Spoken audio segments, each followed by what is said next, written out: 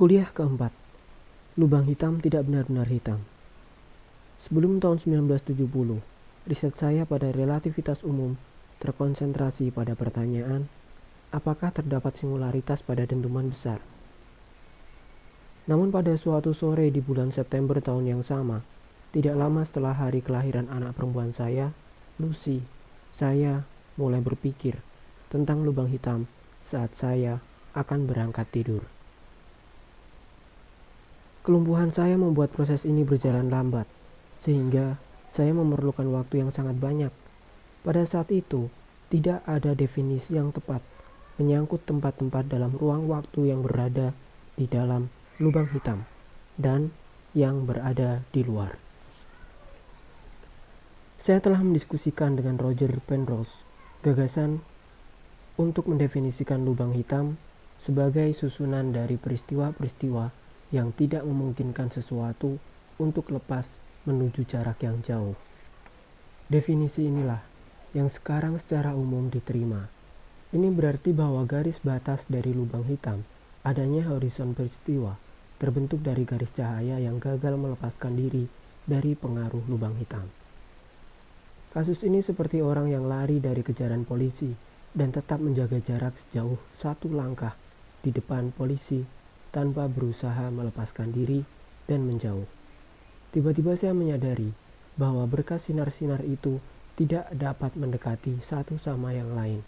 Karena jika dapat, sinar-sinar itu pada akhirnya harus menjalar dengan cepat menuju satu sama lain. Ini akan seperti seseorang yang melarikan diri dari kejaran polisi dalam arah yang berlawanan. Anda berdua dapat tertangkap atau dalam kasus ini jatuh ke dalam lubang hitam. Namun, jika garis cahaya ditelan lubang hitam, maka garis-garis cahaya tersebut tidak lagi berada di tapal batas lubang hitam. Oleh karenanya, sinar cahaya dalam horizon peristiwa bergerak sejajar menuju ke atau menjauh satu dengan yang lainnya. Jalan lain untuk memahami horizon peristiwa yang merupakan tapal batas lubang hitam adalah seperti tepi dari sebuah cahaya. Tepi ini merupakan batas dari cahaya yang lepas menuju jarak yang jauh, namun sama, garis tersebut merupakan batas bayangan yang merupakan ambang pintu kehancuran. Jika Anda melihat bayangan yang terbentuk oleh sebuah sumber cahaya dari tempat yang jauh, matahari misalnya, Anda akan melihat bahwa garis cahaya pada tepian tidak akan mendekati satu sama lain. Jika sinar cahaya yang membentuk horizon peristiwa, tapal batas lubang hitam, tidak pernah dapat mendekat satu sama lain, maka daerah di horizon peristiwa dapat tetap diam atau membesar bersama dengan waktu. Daerah horizon peristiwa tidak akan mengecil, karena hal ini akan berarti bahwa sinar cahaya di tapal batas akan mendekat satu sama lain. Pada kenyataannya, daerah tersebut akan meluas setiap saat. Ada bahan-bahan atau radiasi jatuh ke dalam lubang hitam. Juga diandaikan dua lubang hitam bertumbukan dan menyatu bersama-sama membentuk sebuah lubang hitam tunggal. Maka daerah yang dilingkupi oleh tapal batas horizon peristiwa tunggal ini akan lebih luas daripada jumlah dua daerah yang dilingkupi oleh tapal batas horizon peristiwa lubang hitam asal. Daerah yang tidak dapat menyempit dari kawasan yang dilingkupi horizon peristiwa menempatkan pembatasan yang penting akan kemungkinan-kemungkinan perilaku dari lubang hitam. Saya sungguh gembira dengan penemuan saya yang telah benar-benar mengurangi waktu tidur saya. Hari berikutnya, saya menelpon Roger Penrose. Ia setuju dengan saya. Saya pikir pada kenyataannya bahwa ia telah menyadari segala hal tentang daerah ini. Namun, ia telah menggunakan definisi yang sedikit berbeda untuk lubang hitam. Ia tidak menyadari bahwa tapal batas dari lubang hitam yang sesuai dengan dua definisi tersebut akan sama, yakni mengizinkan lubang hitam berada dalam keadaan tunak. Hukum kedua, termodinamika. Perilaku tidak dapat menyempitnya daerah lubang hitam mengingatkan kita pada perilaku kuantitas fisik yang dinamakan entropi, yaitu besaran fisik yang mengukur derajat ketidakteraturan sistem. Berikut pengalaman sehari-hari bahwa ketidakteraturan akan cenderung naik jika suatu keluar dari keadaan normal. Seorang hanya dapat meninggalkan rumah tanpa memberikan perbaikan atau melihat proses yang menggambarkan bahwa ketidakteraturan akan terjadi pada rumah. Seperti cat tembok yang mengelupas, orang dapat menciptakan susunan keluar dari ketidakteraturan. Sebagai contoh, orang dapat mengecat rumah tersebut, namun proses ini memerlukan pemakaian energi, sehingga penurunan jumlah energi dari ketidakteraturan akan tersedia. Pernyataan yang lebih khusus dari gagasan ini dikenal sebagai hukum kedua termodinamika. Hukum ini menyatakan bahwa entropi dari suatu sistem tertutup tidak akan pernah berkurang bersama waktu. Di samping itu, ketika dua sistem disatukan, entropi dari sistem yang dikombinasikan lebih besar dari jumlah masing-masing sistem. Sebagai contoh, tinjaulah sebuah sistem molekul gas dalam sebuah kotak. Molekul-molekul ini dapat dianggap sebagai bola biliar yang terus-menerus saling menumbuk dan memantul secara sempurna saat membentur dinding kotak. Anggaplah bahwa kondisi awal molekul-molekul seluruhnya berada pada batas kiri sisi dinding kotak yang sangat tipis. Jika dinding kotak tersebut diguncangkan, molekul-molekul akan cenderung bergerak acak dan menempati pada kedua sisi kotak. Beberapa saat kemudian, karena adanya peluang, seluruhnya berada di bagian kanan sisi kotak atau seluruhnya kembali di bagian kiri. Namun proses ini akan memberikan peluang dengan kondisi di mana molekul-molekul itu akan berada dalam jumlah yang kurang lebih sama pada dua bagian sisi kotak. Kemudian, keadaannya menjadi kurang teratur atau lebih tidak teratur daripada keadaan awal di mana seluruh molekul berada pada satu sisi. Dengan alasan tersebut, orang mengatakan bahwa entropi dari gas telah naik. Sama, anggaplah seseorang memulai dengan dua kotak, satu kotak molekul oksigen dan kotak yang lain berisi molekul nitrogen. Jika orang menyatukan kedua kotak secara bersama-sama, dengan menghilangkan dinding bersinggungan yang menghalangi ruang kedua kotak, molekul oksigen dan nitrogen akan mulai bercampur. Beberapa saat setelah itu, peluang terbesar dari keadaan yang diberikan akan menjadi campuran yang homogen dari molekul-molekul oksigen dan nitrogen yang memenuhi seluruh kotak. Keadaan ini akan menjadi kurang teratur. Oleh karena itu, campuran molekul oksigen dan nitrogen memiliki entropi lebih besar daripada keadaan awal dari dua kotak itu pada saat terpisah. Hukum kedua termodinamika lebih memiliki status yang berbeda daripada hukum-hukum sains lain. Hukum-hukum lain seperti hukum gravitasi Newton merupakan hukum yang mutlak, artinya hukum tersebut selalu berlaku. Sebaliknya, hukum kedua termodinamika merupakan hukum yang bersifat statistik, artinya hukum ini tidak selalu berlaku, hanya berlaku pada sebagian besar kasus.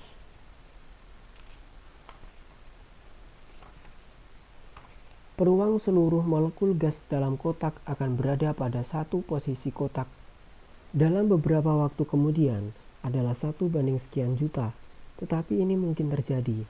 Namun demikian, jika orang mempunyai lubang hitam di sekelilingnya, akan terlihat lebih mudah untuk melanggar hukum kedua termodinamika, hanya dengan melempar benda dengan entropi yang besar, gas dalam kotak misalnya, ke dalam lubang hitam itu. Entropi total benda di luar lubang hitam akan turun. Tentu saja, masih saja orang dapat mengatakan bahwa entropi total, termasuk entropi di dalam lubang hitam, tidak berkurang atau turun.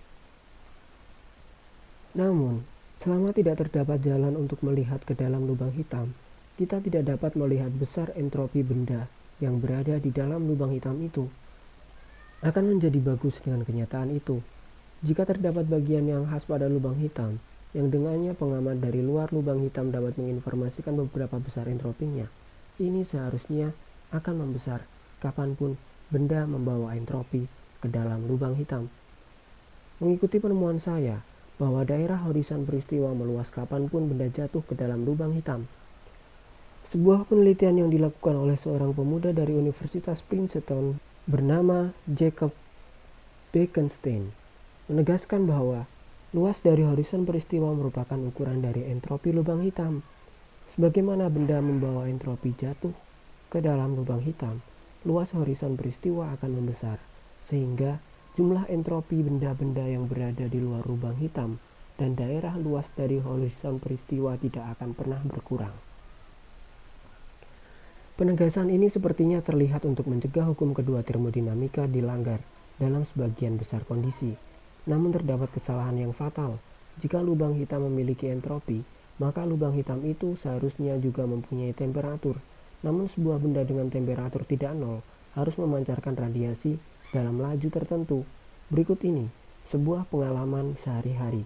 Jika seseorang memanaskan batangan besi di dalam api, maka pada batangan besi tersebut akan timbul panas dan pancaran radiasi. Meski demikian, benda dengan temperatur yang rendah juga memancarkan radiasi. Hanya saja, orang tidak dapat melihatnya dengan normal karena jumlahnya yang sangat kecil. Radiasi ini diperlukan untuk mencegah pelanggaran hukum kedua termodinamika. Dengan demikian, lubang hitam harus memancarkan cahaya, namun dengan sangat jelas bahwa lubang hitam merupakan benda yang diterima sebagai fakta, tidak memancarkan apapun. Ini kemudian menunjukkan bahwa luas horizon peristiwa dari lubang hitam tidak dapat dipandang sebagai entropi. Pada tahun 1972, saya menulis sebuah makalah tentang topik ini bersama Brandon Carter dan seorang kolega saya dari Amerika, Jim Bardeen. Kami menegaskan, meski terdapat beberapa kesamaan antara entropi dengan luas dari horizon peristiwa, tetap saja terlihat sebuah kesulitan yang fatal. Saya harus mengakui bahwa dalam menulis makalah ini, saya sebagian termotivasi oleh gangguan yang berasal dari Bekenstein. Karena saya merasa bahwa ia telah menyalahgunakan penemuan saya perihal perluasan daerah dari horizon peristiwa. Namun pada akhirnya, ia secara mendasar benar. Meski dalam batas-batas tertentu, ia pasti tidak mengharapkannya. Radiasi lubang hitam. Di bulan September 1973, ketika saya berkunjung ke Moskow, saya mendiskusikan lubang hitam bersama dengan dua orang ahli Soviet, Yakov Zeldovich dan Alexander Starobinsky. Mereka meyakinkan saya bahwa sesuai dengan prinsip ketidakpastian mekanika kuantum, lubang hitam yang berotasi seharusnya menghasilkan dan mengemisikan partikel. Saya percaya argumen-argumen mereka dengan menggunakan pijakan fisika. Namun, saya tidak suka metode matematika yang mereka gunakan untuk mengkalkulasikan emisi tersebut. Saya kemudian merumuskan metode matematika yang lebih baik, yang saya deskripsikan dalam sebuah seminar tidak resmi di Oxford, akhir November 1973. Saat itu, saya tidak melakukan kalkulasi-kalkulasi untuk mengetahui berapa banyak sebenarnya partikel yang diemisikan. Saya hanya berharap menemukan radiasi yang diprediksikan oleh Zeldovich dan Starobinsky dari lubang hitam. Namun ketika saya mengkalkulasikan, yang membuat saya terkejut dan terganggu, saya menemukan bahwa lubang hitam yang tidak berotasi akan terlihat dengan jelas menghasilkan dan memancarkan partikel dengan laju tunak. Pada mulanya saya berpikir bahwa emisi ini mengindikasikan bahwa satu dari perkiraan yang saya gunakan tidak benar. Jika Bekenstein mengetahui hal ini, saya takut ia akan menggunakan lebih jauh sebagai argumen yang mendukung gagasannya tentang entropi lubang hitam, yang saya masih tidak suka. Meskipun demikian, saya yakin bahwa perkiraan saya benar-benar harus berlaku. Namun, apa yang akhirnya memberikan alasan bagi saya untuk percaya adalah bahwa emisi tersebut nyata, dan spektrum dari partikel yang dipancarkan benar-benar merupakan emisi yang dihasilkan benda yang panas. Lubang hitam mengemisikan partikel benar-benar dalam laju yang tepat untuk mencegah pelanggaran dari hukum kedua termodinamika. Kemudian kalkulasi-kalkulasi tersebut diulang dalam sejumlah bentuk yang berbeda oleh orang lain. Mereka mengkonfirmasikan bahwa sebuah lubang hitam harus memancarkan partikel dari radiasi. Sebagaimana jika dia sebuah benda panas dengan temperatur yang bergantung hanya pada massa lubang hitam, semakin besar massanya, semakin rendah temperaturnya. Orang dapat memahami emisi ini dalam pengertian sebagai berikut. Apa yang kita pikirkan sebagai ruang yang hampa tidak dapat benar-benar hampa secara keseluruhan, karena akan berarti bahwa seluruh medan, seperti medan gravitasi dan medan elektromagnet, akan menjadi tepat nol. Namun harga dari sebuah medan dan laju perubahannya terhadap waktu akan seperti posisi dan kecepatan partikel. Prinsip ketidakpastian mengimplikasikan bahwa secara lebih akurat orang mengetahui salah satu dari kuantitas ini. Kuantitas lain akan diketahui dengan kurang akurat. Sehingga dalam ruang hampa, medan tidak akan benar-benar tepat nol, karena kemudian medan ini akan mempunyai baik harga yang tepat nol maupun laju perubahan posisi yang tepat nol juga. Sebagai kemungkinan, pasti terdapat jumlah minimum ketidakpastian tertentu atau fluktuasi kuantum dalam harga sebuah medan. Orang dapat berpikir bahwa fluktuasi ini sebagai bagian dari partikel cahaya atau gravitasi yang terlihat bersama-sama pada saat yang sama, bergerak memisah bersama kembali, dan kemudian memusnahkan satu sama lain. Partikel-partikel ini disebut dengan partikel-partikel semu atau partikel virtual. Tidak seperti partikel-partikel yang nyata atau real. Partikel-partikel itu tidak dapat diamati secara langsung dengan detektor partikel. Namun efek tidak langsung partikel-partikel itu, seperti perubahan kecil dari energi orbit elektron dan atom, dapat diukur dan sesuai dengan prediksi teoritis menuju pada akurasi yang luar biasa. Dengan prinsip konservasi energi, satu bagian dari pasangan partikel semu akan memiliki energi positif, dan partikel pasangan lain akan memiliki energi negatif. Partikel semu dengan energi negatif akan dinyatakan menjadi partikel semu sedikit waktu hidup. A short-lived virtual particle. Ini karena partikel nyata selalu memiliki energi positif dalam situasi normal. Kemudian partikel dengan energi positif mencari pasangannya dan memusnahkannya. Namun medan gravitasi dalam lubang hitam adalah sangat kuat, di mana sebuah partikel nyata dapat memiliki energi negatif. Ini kemudian memungkinkan jika sebuah lubang hitam itu ada, bagi partikel semu dengan energi negatif jatuh ke dalam lubang hitam dan menjadi partikel nyata. Dalam kondisi ini, partikel semu akan segera memusnahkan partikel pasangannya. Partikel pasangan yang ditinggalkan dapat jatuh ke dalam lubang hitam. Namun karena partikel semu mempunyai energi positif, partikel semu juga dapat lepas menuju ke tempat yang tidak terhingga sebagai partikel nyata. Bagi seorang pengamat yang berada di jarak yang jauh, ini akan terlihat menjadi partikel yang diemisikan lubang hitam. Lubang hitam yang lebih kecil, lebih sedikit jarak yang ditempuh oleh partikel dengan energi positif sebelum menjadi partikel nyata. Demikian, laju dari emisi akan membesar, dan temperatur yang muncul dari lubang hitam akan menjadi lebih tinggi. Energi positif yang keluar dengan jalan radiasi akan diseimbangkan oleh aliran energi negatif dari lubang hitam. Berdasarkan persamaan Einstein yang sangat terkenal, E sama dengan mc kuadrat. Energi sebanding dengan masanya. Sebuah aliran energi negatif ke dalam lubang hitam kemudian mereduksi masanya. Sebagaimana lubang hitam kehilangan masanya, luas dari horizon peristiwa akan mengecil.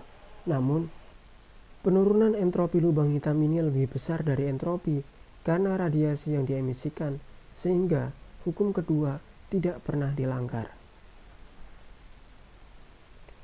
Ledakan lubang hitam. Semakin kecil massa lubang hitam, semakin tinggi temperaturnya. Demikian saat lubang hitam kehilangan massanya, temperatur dan laju emisi akan meningkat.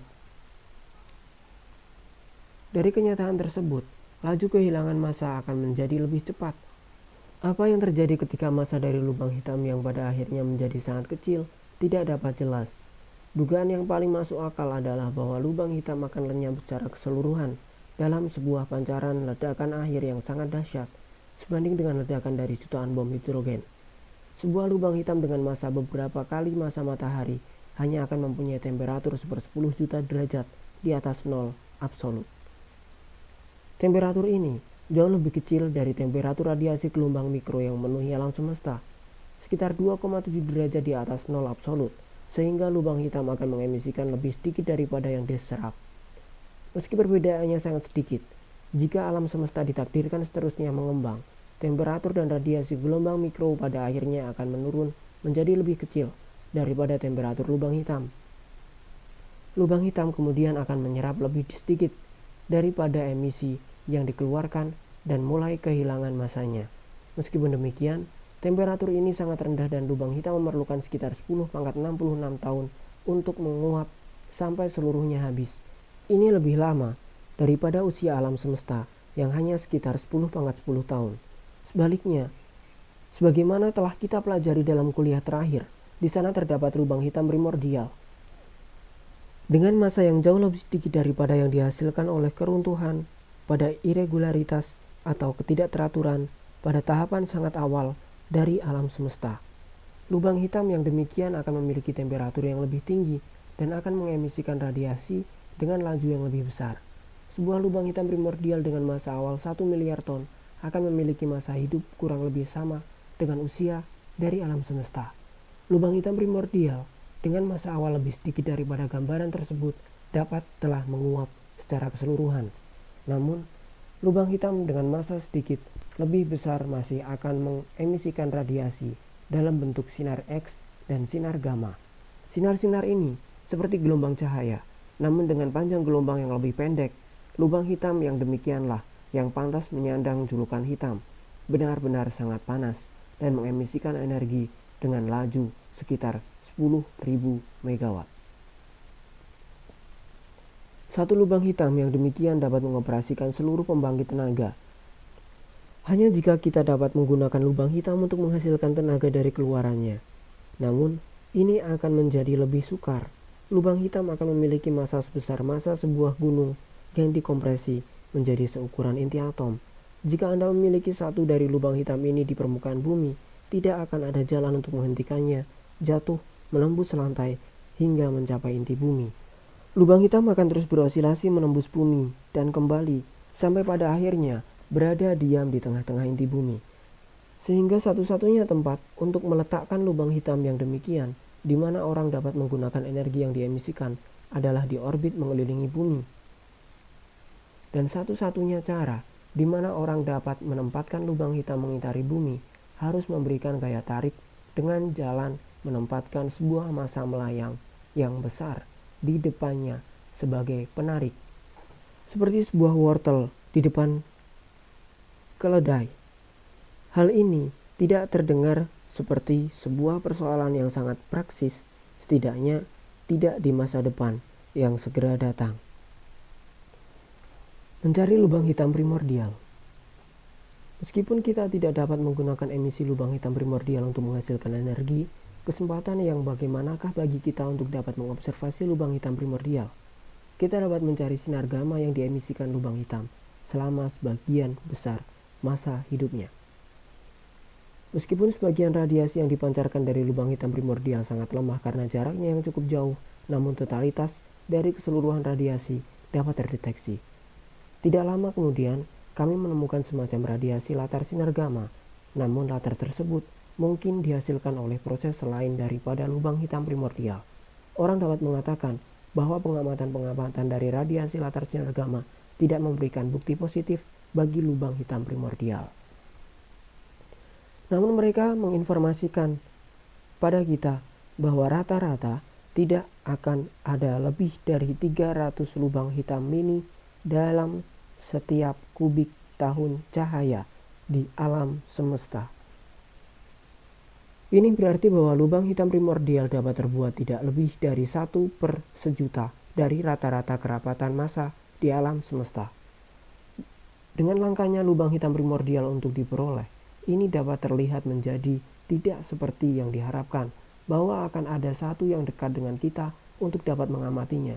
Namun bagaimana gravitasi akan menjadikan lubang hitam primordial menarik benda-benda lain? Maka lubang hitam primordial akan lebih mudah ditemukan dalam galaksi. Jika benar, katakanlah 1.000.000 kali lebih mudah ditemukan di dalam galaksi, maka jarak lubang hitam terdekat menuju kita akan mungkin berada pada jarak sekitar 1 miliar kilometer atau kurang lebih sejauh Pluto, planet terjauh yang diketahui.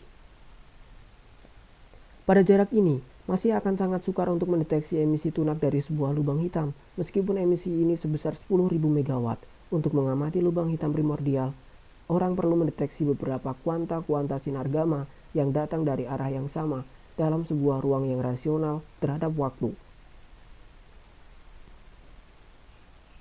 Dalam waktu seminggu misalnya. Dengan kata lain, mereka boleh jadi benar-benar menjadi bagian dari radiasi latar sinar gamma.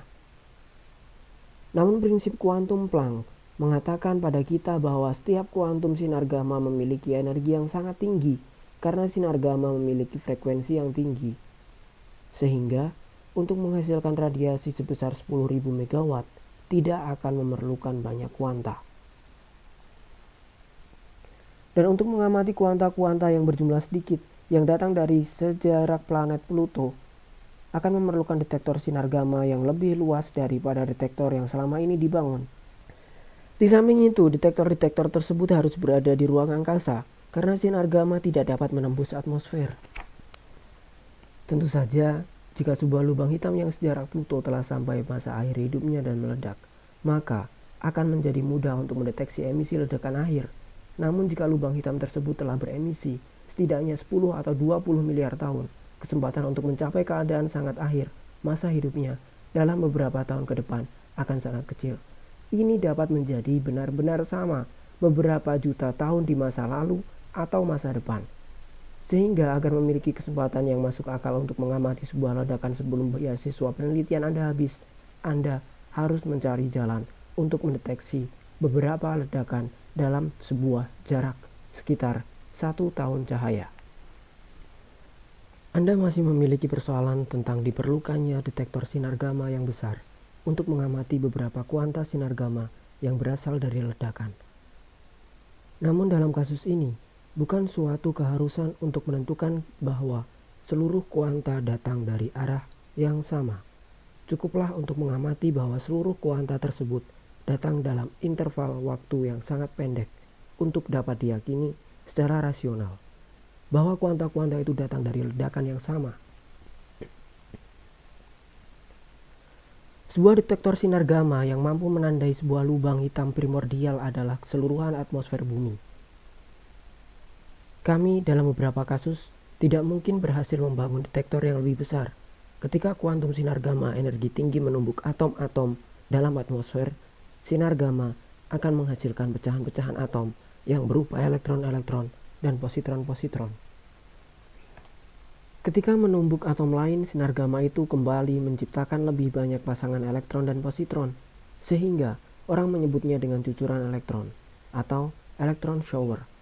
Hasil dari proses ini adalah sebuah bentuk cahaya yang dinamakan radiasi Cherenkov, yang kemudian dapat mendeteksi rentetan pancaran sinar gamma dengan mengamati jejak kilatan cahaya di langit saat malam hari. Tentu saja, terdapat sejumlah fenomena lain, seperti petir yang juga dapat menghasilkan kilatan cahaya di langit. Meskipun demikian, orang dapat mengenali pancaran-pancaran sinar gamma dari efek-efek serupa dengan mengamati kilatan cahaya secara serentak pada 2 atau lebih, yang dilakukan pada lokasi yang terpisah jauh. Pencarian dengan metode ini telah dilakukan oleh 2 ilmuwan dari Dublin, Neil Porter dan Trevor Wickes. Dengan menggunakan teleskop di Arizona, mereka menemukan sejumlah kilatan cahaya, namun tidak satu pun dapat dianggap dengan pasti sebagai pancaran sinar gamma dari lubang hitam primordial. Meskipun pencarian lubang hitam primordial menunjukkan bukti yang negatif sebagaimana kita lihat, namun masih memberikan informasi penting pada kita tentang tahapan mula dari alam semesta. Jika alam semesta permulaan berada dalam keadaan yang benar-benar kacau dan tidak teratur, atau jika tekanan dari bahan-bahannya rendah, orang dapat mengharapkan kondisi ini akan menghasilkan lebih banyak lubang hitam primordial daripada batas yang ditentukan oleh hasil pengamatan kita pada radiasi latar sinar gamma. Ini hanya jika alam semesta permulaan sangat rata dan seragam. Dan dengan tekanan yang tinggi di mana orang dapat menjelaskan ketidakhadiran sejumlah lubang hitam primordial yang dapat diamati. Relativitas umum dan mekanika kuantum. Radiasi lubang hitam merupakan contoh pertama dari sebuah prediksi yang tergantung pada 2 teori penting abad ini, relativitas umum dan mekanika kuantum. Ini pada mulanya menimbulkan banyak pertentangan karena mengacaukan keberlanjutan sudut pandang, bagaimana sebuah lubang hitam dapat mengemisikan sesuatu.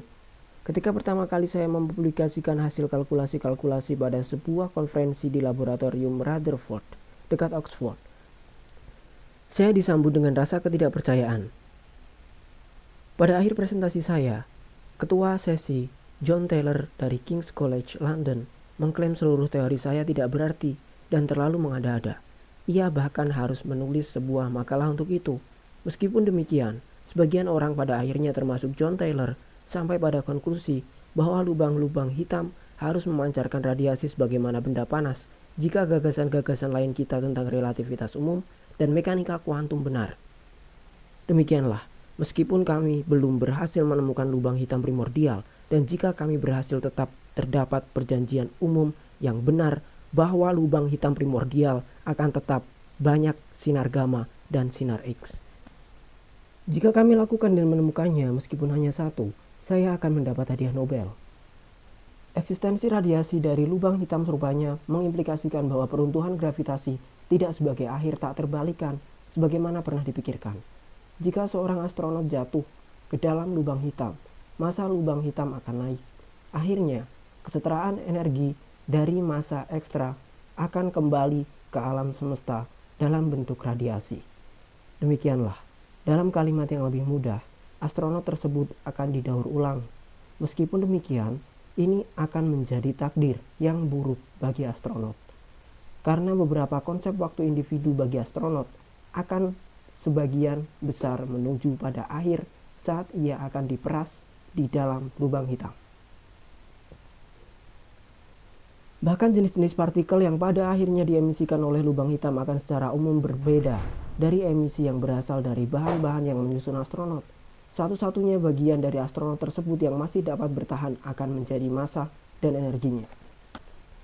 Pendekatan perkiraan-perkiraan yang saya gunakan untuk memperoleh emisi dari lubang-lubang hitam harus bekerja dengan baik ketika lubang hitam memiliki massa lebih besar dari sebagian kecil dari 1 gram.